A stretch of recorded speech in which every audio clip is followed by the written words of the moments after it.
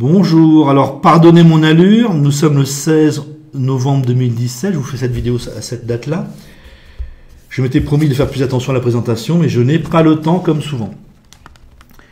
Il m'est tombé dessus une idée géniale et toute simple, pour comprendre comment les Québécois sont passés d'une tendance indépendantiste extrêmement forte, qui montait en puissance sans arrêt, au multiculturalisme débridé et destructeur pour la société. Donc je me posais la question, comment les Québécois sont passés de la volonté d'indépendance au multiculturalisme débile, dangereux et débile.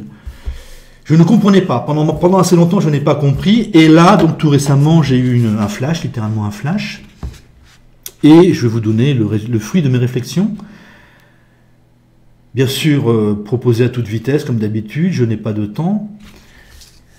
Alors, je ne connais rien à l'histoire du Québec, hein, mais je vais vous expliquer ce qui s'est passé. Alors, la population originelle française du Québec, ce sont des Normands et des Poitevins en majorité, avec un peu de Bretons.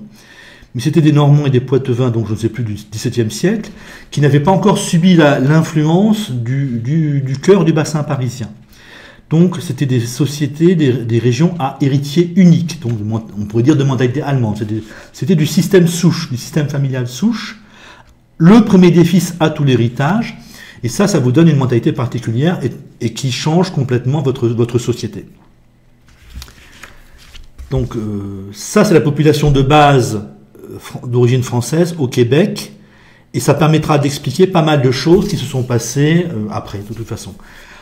Autour de 1965, alors je vais vous dire des choses qui vont paraître, je crois, super intelligentes, qui vont pouvoir paraître comme super intelligentes, tout en vous ayant dit que je ne connais quasiment rien à l'histoire du Québec.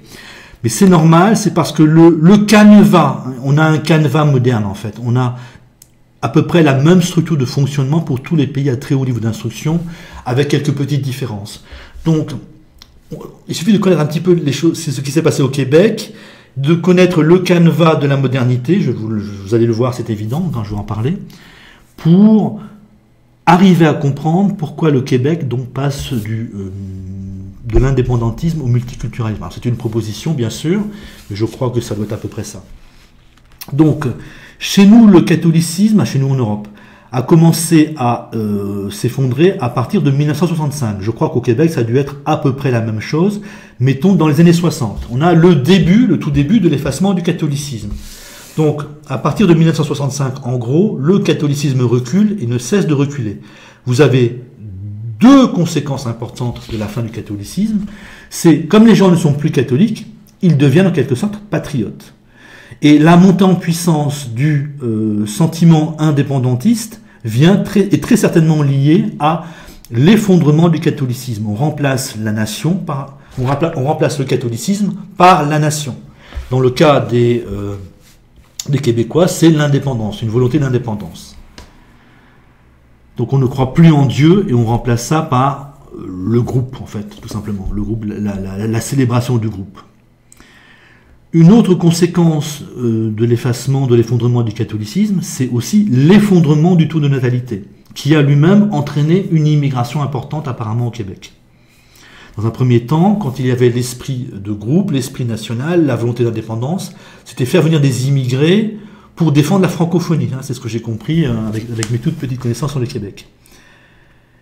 Vous avez eu un autre phénomène de modernité, donc voilà, c'est ça la modernité dont je parlais tout à l'heure, c'est ça qui me permet de faire des hypothèses à partir de mes toutes petites connaissances québécoises, parce que le schéma est à peu près le même partout. Donc, en même temps, la montée du nationalisme, du patriotisme, c'est le groupe québécois très uni par la même culture et par l'égalité des niveaux d'instruction. En même temps, sans doute aussi à partir de 1965 à peu près, en tout cas c'est comme ça pour la France, ça doit être à peu près, ça peut être 5 ans ou 5 ans avant, 5 ans après, vous avez une montée inégalitaire du niveau d'instruction. Le niveau d'instruction a augmenté énormément partout, partout dans les pays développés, Europe, Japon, Corée du Sud, États-Unis, Russie, et Canada, donc Québec. Donc la fin du catholicisme mène au nationalisme, au patriotisme, à l'indépendantisme. Mais la montée inégalitaire du niveau d'instruction, c'est-à-dire au bout d'un moment, les sociétés sont cassées par l'inégalité des niveaux d'instruction. On a une mentalité de caste qui se crée, et les plus diplômés à un moment sont les plus forts. On a un groupe massif de très diplômés qui, à ce moment-là, casse la nation. Voilà. Et en cassant la nation, vous avez l'émergence du multiculturalisme. Je pense que c'est simplement ça. Donc, fin du catholicisme, remplacé par le nationalisme, je vais dire, par le patriotisme québécois, permis par l'égalité des niveaux d'instruction, par la même culture, et justement l'égalité des niveaux d'instruction, la fraternité possible à ce moment-là, est cassée donc par la nouvelle inégalité des niveaux d'instruction qui se met en place. Et vous avez à la fois l'idéologie de la fin du patriotisme et du multiculturalisme. Et vous avez presque partout dans tous les pays développés une double expulsion. Les plus diplômés expulsent les moins diplômés, les sans diplôme, et expulsent, interdisent aux étrangers considérés comme différents d'entrer dans la société. Hein, c'est le même scénario à peu près partout. Donc on est passé de vouloir assimiler des gens qui déjà étaient plus ou moins francophones, qu'on voulait transformer en québécois. On a voulu mettre à l'écart les Noirs et les musulmans. On a voulu les communautariser. Voilà pourquoi, je pense, le Québec est passé du patriotisme au multiculturalisme. Les plus diplômés à un moment sont devenus assez nombreux pour dominer la société et ont imposé leur mentalité. Fin de l'amour de la nation et séparation généralisée, donc multiculturalisme. Là, vous avez l'importance de la famille originelle à héritier unique. Donc, c'est la fin du catholicisme à partir de 1960, 1965. Alors qu'au moment que la Révolution française, c'est la fin du catholicisme à partir de 1750. Donc ça, c'est dans les familles à héritage égaux. Une fois que les familles à héritier unique, donc les familles du Poitou, les familles de Normandie de l'époque, qui sont allées donc au Québec, une fois que le catholicisme s'effondre, vous avez aussi un effondrement du taux de natalité. Le taux de natalité du Québec correspond non pas à celui des Bretons, mais à celui des Allemands. Et vous avez cette obsession de la différence. Là aussi, les Québécois, une fois qu'ils ne sont plus catholiques, vont avoir tendance à être obsédés par la différence, comme les Allemands, comme les Catalans, comme les Bretons, comme les gens du Sud-Ouest en France et du Sud-Est. C'est-à-dire que les Québécois, baignant quand même dans un océan d'anglais, sont déjà sous influence communautariste. Mais comme eux-mêmes sont, on pourrait dire, des Allemands, de mentalité allemande, eh bien, ils acceptent parfaitement le communautarisme et ils en sont prisonniers. Ils ne peuvent pas en sortir. Alors, je sais que ça râle contre le communautarisme au Québec, mais il faudrait savoir maintenant si ça râle, on pourrait dire, à la bassin parisien ou à l'allemande. Et le critère, c'est le taux de mariage mixte. Donc, vous avez l'explication, je crois, de pourquoi le Québec est passé au communautarisme. Et maintenant, je vais vous dire si on va à la catastrophe ou pas, si le Québec va à la catastrophe ou pas. Vous enlevez tous les discours délirants autour du communautarisme. Normalement, c'est simplement du racisme.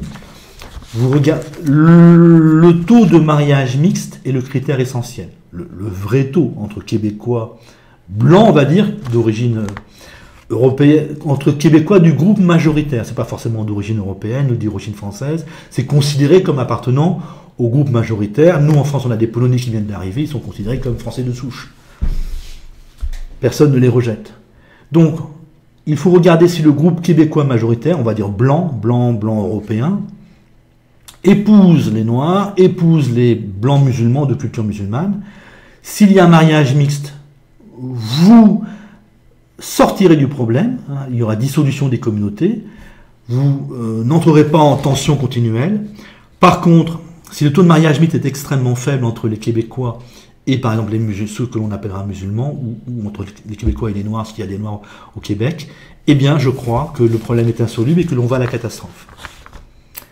Voilà. Donc là aussi, pour nous Français, le Québec, qui était uniformément peuplé de familles souches, donc les Québécois, c'est comme les Alsaciens finalement. Nous montre, ils acceptent pleinement le communautarisme, en tout cas toute l'élite accepte pleinement le communautarisme, nous montre ce que donnerait une France où il n'y aurait que des Bretons et des Occitans. On aurait une France communautarisée, et s'il n'y avait pas de mariage mixte, nous irions mécaniquement à la catastrophe. Voilà, comme toujours, j'espère avoir été clair.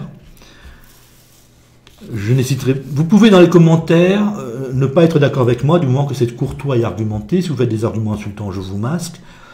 Si vous faites des commentaires hors sujet, je me permets de les supprimer. Salut!